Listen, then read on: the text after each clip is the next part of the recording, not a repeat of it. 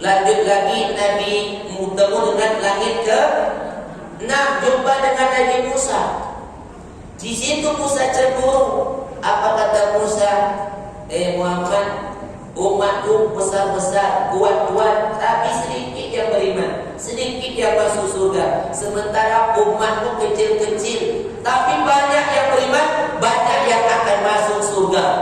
Dan pertama kali masuk surga umatmu, itu cemburu Nabi Musa. Terus naik ke langit ke-7, jumpa dengan Nabi Ibrahim. Satu-satunya wajah Nabi mirip dengan Ibrahim. Kenapa? Aturnya. Di situ Nabi Ibrahim bersandar di dinding Baitul Ma'mur. Kenapa bisa bersandar tempat ibadah para malaikat? Karena Ibrahimlah yang merenovasi Ka'bah. Terus naik ke langit mana lagi? Sidratil Muntaha. Ketika disitulah Nabi melihat Sidratil Muntaha itu pohon bidara. Sidrah itu pohon bidara, terbuat dari daun emas. Tak bisa dibayangkan indahnya. Setelah itu Muntaha tempat terbatas dari ilmu manusia, ilmu jin, ilmu malaikat sampai di situ. Akhirnya Nabi sendiri yang berjumpa dengan Allah, mendapat perintah sholat. Seluruh ibadah itu memakai perantara. Tentang puasa ada perantara malaikat, tapi kalau sholat langsung dari langit Allah yang memerintahkan kepada Rasul. Dan akhir dari surah Al-Baqarah, amanah Rasul bima, itu yang diturunkan Allah. Setelah jumpa dengan Allah, disitulah Nabi dibawa lagi untuk melihat tanda-tanda kebesaran Allah yang lainnya adalah surga dan neraka. Ketika Nabi diperlihatkan surga, Nabi mencium bau surga yang harum. Ini harum apa, Jibril? Rupanya itulah harum kuburan Masyitoh. Siapa Masyitoh itu? Tukang sisir anak Fir'aun. Ketika sisir terjatuh, dia mengambil dengan ucap Bismillah. Rupanya ditanya, Masyitoh, siapa Allah itu? Apakah bapakku Fir'aun? Oh, bukan. Allah itu Tuhanku, Tuhanmu, dan Tuhan bapakmu. Dilaporkan ketika itu dipanggil, Masyitoh, apakah ada Tuhan selain aku? Iya. Engkau tahu apa resikonya? Tahu. Siap dibunuh? Siap. Panaskan minyak, goreng Masyitoh. Bau gosong Masyitoh dibalas harum baunya surga. Terus Nabi mendengar bunyi telapak kaki di surga. Ya Jibril, itu bunyi apa? Itu bunyi sendalnya Bilal. Kok bisa? Ketika turun tanya, Bilal, aku mendengar bunyi sendalmu di surga. Ada apa Bilal? Apa kata Bilal? Wallahi Rasulullah, aku tak melakukan apapun kecuali aku selalu berwudu dan sholat 2 rakaat. Batal wudu lagi, sholat 2 rakaat. Coba bayangkan bu, hanya amalan wudu dan sholat sunat wudu, maka sendalnya sudah sampai di surga. Bayangkan, kalau sendalnya sudah sampai di surga, orangnya akan nyusul sampai ke surga. Bagaimana dengan sendal kita? Lebih mahal sendal kita daripada Bilal. Tapi kok bisa sendal Bilal itu berbunyi, Pak Ustaz? Sendal kami berjalan tak berbunyi. Mungkin sendal Bilal itu seperti sendal untuk pergi berwudu yang kelepak-kelepu. Wah, itu kan? Coba, sendal Bilal sudah sampai ke surga. Sendal kita mahal harganya, lebih mahal daripada mukena, lebih mahal daripada baju, lebih mahal daripada peci kan? Tapi kok bisa sampai di sana? Coba bayangkan, bawa sendal mahal-mahal ke masjid, pulang dari masjid tengok sendal tak ada lagi, hilang. Mengamuk bukan main. Kenapa? Siapa yang maling sendal ini? Sendal saya mahal, Pak Ustaz, baru beli hilang. Seharusnya jangan marah, seharusnya bersyukur. Kok bisa sendal hilang bersyukur, Pak Ustaz? Bisa jadi sendal yang mahal hilang itu akan mendatangkan sampai ke surga terlebih dahulu. Kok bisa? Karena sendal itu sudah sampai ke masjid, udah dibawa ke musola. Yang kita khawatirkan sendal yang mahal-mahal yang ada di rumah tak pernah sampai ke musola, ke masjid, termasuk juga. Nah, ini dah panas nih. Itu perhatikan betul lah saudara. Maka dari itu, setelah itu Nabi melihat neraka. Di situ Nabi melihat orang mencakar-cakar wajah. Apa itu Jibril? Itulah orang yang suka menggibah, memfitnah, mengadu domba, menggosip. Ini dosa mulut yang paling banyak. Kalau dosa tangan mungkin mengambil hak orang atau menampar. Dosa kaki melangkah tempat yang tak diridhoi atau menyimpang. Dosa mata melihat yang tak diridhoi. Dosa telinga mendengar yang tidak baik. Tapi kalau mulut, gara-gara mulut hancur negara. Gara-gara mulut hancur saudara. Gara-gara mulut hancur rumah tangga. Bersyukur sekarang corona datang, tutup semua mulut.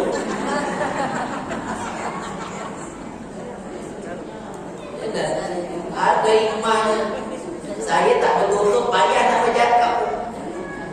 Maka dari itu, maka ibu-ibu waktu kami yang dimuliakan Allah Subhanahu Wa Taala, Nabi melihat ada orang yang berenang di laut darah sampai di tepian dimasukkan bara api ke mulutnya. Apa itu Jibril? Itulah orang yang suka makan riba. Ada yang berdiri tegak menganga masuk bara api. Apa itu Jibril? Itulah orang yang suka makan harta anak yatim. Ada orang yang menghantukan kepala sampai pecah, elok lagi pecah lagi. Apa itu Jibril? Itulah orang semasa hidup tidak mau sujud kepada Allah. Turun Nabi, seluruh malaikat dan para nabi ikut sampai ke Masjidil Aqsa. Nabi sholat 2 rakaat yang jadi imam Nabi, yang menjadi makmum para nabi dan para malaikat. Selesai itu Nabi pulang ke Mekah dalam keadaan capek. Terus dia cerita kepada Ummu Hani, aku tadi malam ke Palestina, aku kesini. Aku akan ceritakan juga ini kepada orang-orang Quraisy. Jangan, nanti engkau dicemoohnya, mereka tak akan percaya. Aku tak peduli. Ketika Nabi sampai di depan Ka'bah, Nabi merenung kisah yang dialami, tapi hatinya sudah lapang. Alam nasrah. Tiba-tiba datang Abu Jahal. Ditengoknya Nabi termenung. Muhammad, macam ada sesuatu yang mau disampaikan. Oh iya, aku tadi malam ke Palestina, habis itu pulang lagi ke sini. Oh, ceritamu ini harus diceritakan juga dengan orang-orang Quraisy. Boleh aku menyampaikannya? Oh boleh. Tawaran ini bukan untuk membantu, tapi untuk mencemehi. Dikumpulkan orang-orang Quraisy. Muhammad, tolong kau sampaikan apa yang kau alami tadi malam. Saya tadi malam ke Palestina, habis itu pulang lagi kemari. Ketawa orang-orang itu mendengarnya. Ada yang sampai memukul-mukul kepala. Muhammad, kamu ini sudah gila ya? Masa perjalanan ke Palestina 1 bulan otak kau tempuh 1 malam? Mustahil itu, kau ini dah gila ya? Akhirnya orang-orang yang baru masuk Islam murtad semuanya. Apa katamu? Dipengaruhi. Kalian itu yang mau kalian ikut? Orang gila itu yang mengaku perjalanan hanya 1 malam, mustahil itu. Kalian pun ikut gila semuanya. Oh murtad. Disitulah mereka mencari Abu Bakar. Aina Abu Bakar? Mana Abu Bakar? Ketika itu jumpa Abu Bakar. Abu Bakar, kamu sudah dapat kabar? Kabar apa? Muhammad sudah gila. Kenapa? Dia cerita tadi malam ke Palestina. Mana mungkin 1 malam ditempuh ke Palestina, jaraknya 1 bulan perjalanan onta. Itu kan mustahil. Oh, berdiri Abu Bakar. Kata Abu Bakar, kalau Muhammad yang ngomong, demi Allah, akulah orang yang pertama yang kali membenarkannya. Maka Abu Bakar dapat gelar Siddiq. Satu-satunya sahabat Nabi yang meninggal wajar karena sakit, Abu Bakar. Selebihnya kena bunuh. Umar, Utsman, Ali, Hasan, Husain dibunuh. Tapi Abu Bakar meninggal dalam keadaan sakit. Umar ketika memimpin sholat subuh jadi imam, baru 1 rakaat datang Abu Lu'lu' dari belakang bawa senjata, ditusuknya dari belakang. Waktu itu kan tidak ada PLN, jadi tak nampak orang bawa bawa senjata. Tusuknya, maka di situ Umar kesakitan. Siapa yang telah menggigitku? Anjing, siapa yang telah menggigitku? Rupanya ditusuk dari belakang. Jadi kalau ada orang sekarang menusuk imam dari belakang, menusuk ustaz penceramah sedang ceramah ditusuk, sekarang bilangnya orang gila. Padahal pengikut Abu Lu'lu'. Coba, sekarang ustaz-ustaz dikawal tuh. Ustaz Abdul Somad dikawal kan, kecuali Ustaz Sofyan aja. Maka dari itu, nah, ketika umat ditusuk terjatuh, akhirnya umat dibawa pulang. Pingsan. Ketika Umar pingsan tuh, kawan-kawan bingung bagaimana caranya membangunkan Umar. Rupanya Umar itu kebiasaannya kalau mendengar azan, Umar sendiri yang segera datang ke masjid pertama kali untuk dapat saf yang paling depan itu, Pak. Kalau terlambat datang, contohnya dapat saf nomor 2, dia kasih kode dengan orang depan. Oke, saya depannya. Oh, tidak bisa. Saya bayar lah. Wani biro. 1 MB. Yang penting dapat posisi yang pertama, nomor depan, saf pertama. Itu Umar. Beda dengan kita. Paling suka saf cari yang saf belakang. Saf depan masih kosong, saf belakang yang dicarinya. Bagaimana cara bangunkan Umar? Coba kita azankan. Diazankan. Allahu Akbar, Allahu Akbar. Oh, bangun Umar. Apa kata Umar? Apakah aku sudah sholat? Apakah aku sudah sholat? Belum Umar. Engkau belum sholat. Bayangkan Umar dalam keadaan pingsan, mendengar azan langsung terbangun. Beda dengan kita. Kalau dengar azan bagaimana? Hah? Betapa pingsan. Orang azan lah. Orang komat lah. Yang sholat lah. Itu kita aja. Ya, pernah saya dulu tinggal di masjid. Maklum waktu masih kuliah dulu, subuh, azan subuh saya. As-salatu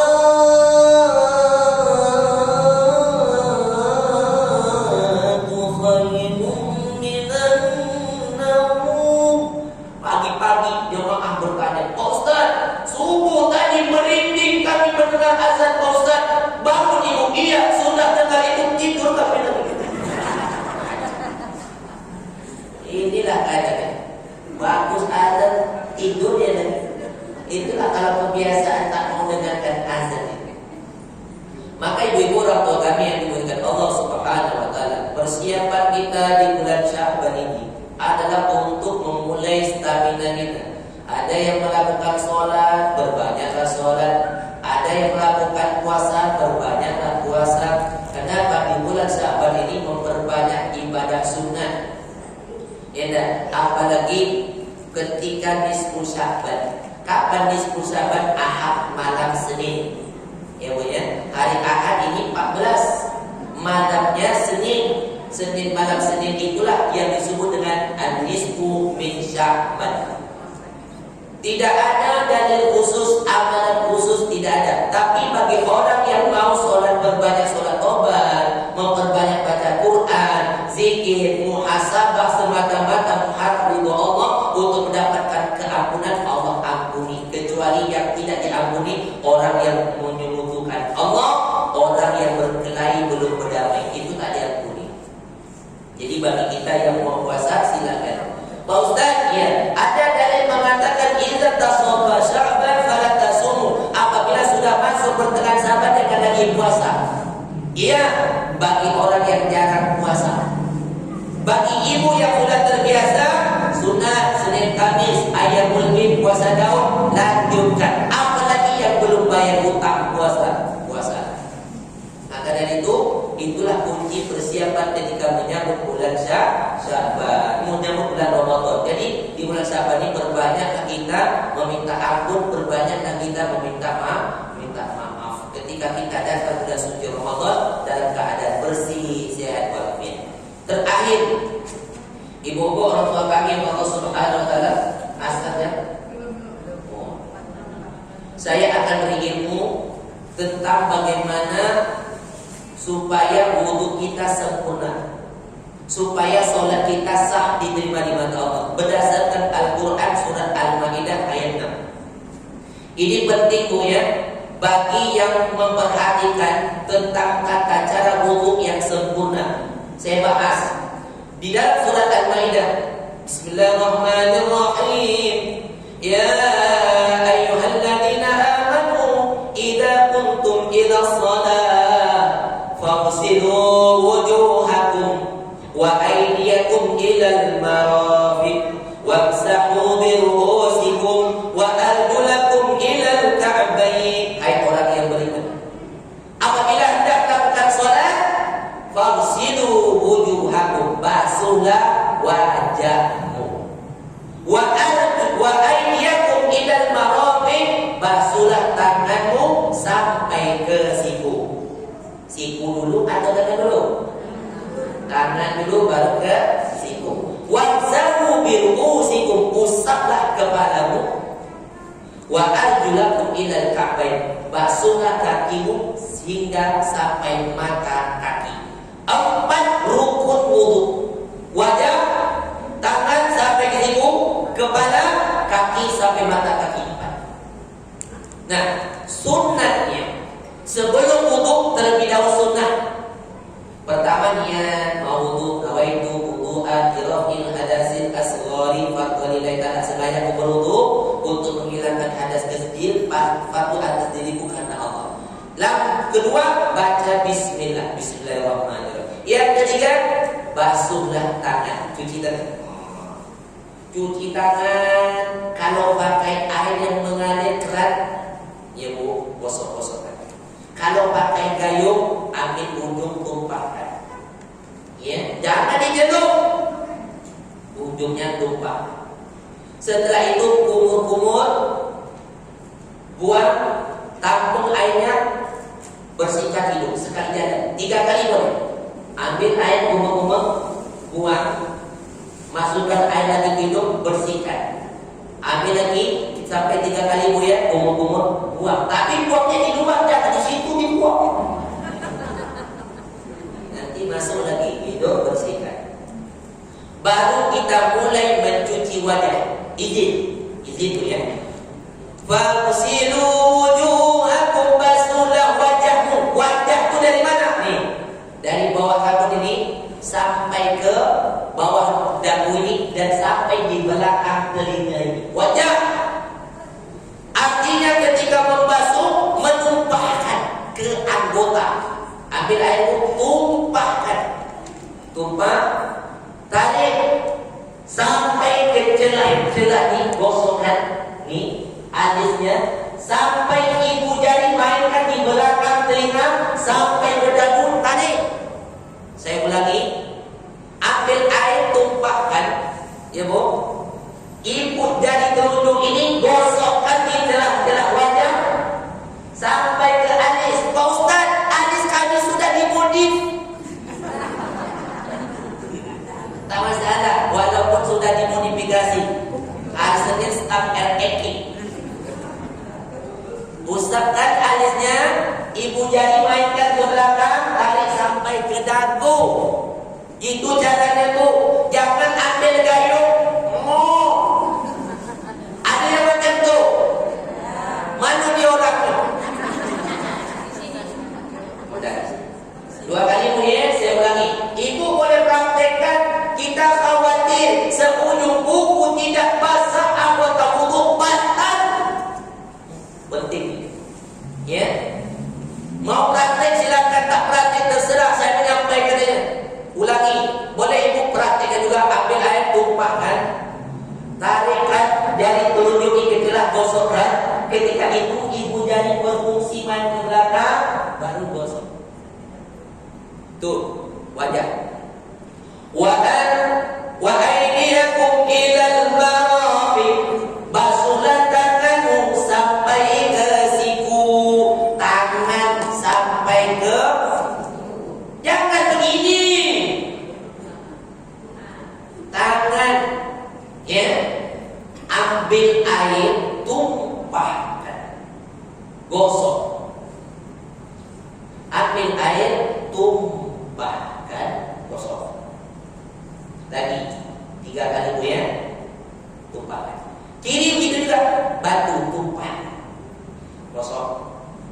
ambil air, tumpahkan, gosok. Itu dan dua. Yang ketiga, wamsahu bi ru'usikum, usaplah kepala. Beda dengan menumpah. Kalau tadi fagsilu basuh, menumpahkan. Kalau usap, air yang diambil tumpahkan dulu, baru diusap. Ambil air, tumpahkan dulu, usap. Kepala, bukan rambut. Aduh dulu. Tapi Pak Ustaz, sekurang-kurangnya 3 helai rambut. Yang ayat itu kepala bukan rambut. Kesian orang yang tak punya rambut. Nah, ke kepala, ambil air, tumpahkan. Gosokkan kepala itu, sekaligus telinga boleh. Karena tadi telinga tak masuk rukun sunat. Karena telinga bagian kepala. Ambil air, tumpahkan. Pak Ustaz, kami pakai jilbab payah. Ambilkan air, tumpahkan, usap. Ambil air, tumpahkan, usap. Ambil air, tumpahkan, usap. Tuh, kepala. Yang keempat, basuhlah kakimu hingga mata kaki. Izin Bu, ketika kita membasuh kaki, ya Bu ya, air tumpah ini berfungsi pencet-pencetkan ujung-ujungnya, mainkan jari-jari celah-celahnya. Kalau muat kelingking kecil, ya tak? Tapi kalau ibu jadi muat, masuk katanya. Setelah ini diberjelah-jelahkan, kita usap, tarik, ambil lagi, usap, tarik. Kenapa? Basuhlah kakimu hingga mata kaki. Jadi setelah dibersihkan, usap, tarik. Jangan begini. Ada pulang. Itu yang ketawa itu pelan. Kiri gitu juga Bu ya. Jadi kita pencet-pencetkan celah dengan air. Setelah itu kita bersihkan, usap. Kita bersihkan, usap. Kita bersihkan, usap. Ingat, seujung kuku tidak basah, wudu tak sempurna, sholat tidak sah. Pikirkan 40-50 tahun kalau wudunya macam itu.